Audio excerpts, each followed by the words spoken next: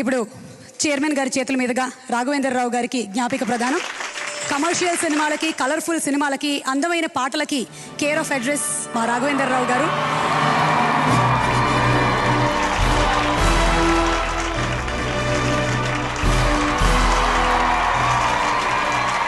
మౌనం వీడి మాట్లాడడం మొదలుపెట్టారు రాఘవేంద్రరావు గారు.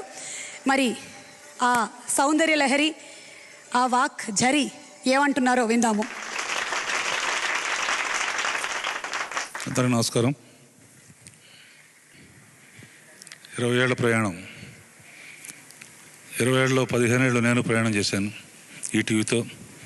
జనరల్గా ప్రయాణం అంటే రైల్లో ప్రయాణంలాగా గొప్ప గొప్ప వ్యక్తులను కలుస్తూ ఉంటాం. స్టేషన్స్ వస్తాయి, దిగిపోతాం, వాళ్ళని మర్చిపోతాం, వాళ్ళు మన మర్చిపోతారు. కానీ ఈ ప్రయాణంలో నేను కలిసిన వ్యక్తి రామోజీరావు. ఆయనతో మా అనుబంధం కంటిన్యూ అవుతూనే ఉంది.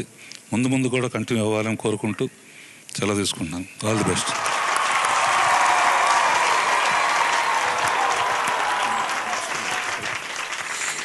Thank you so much Raghavendra Rao గారు.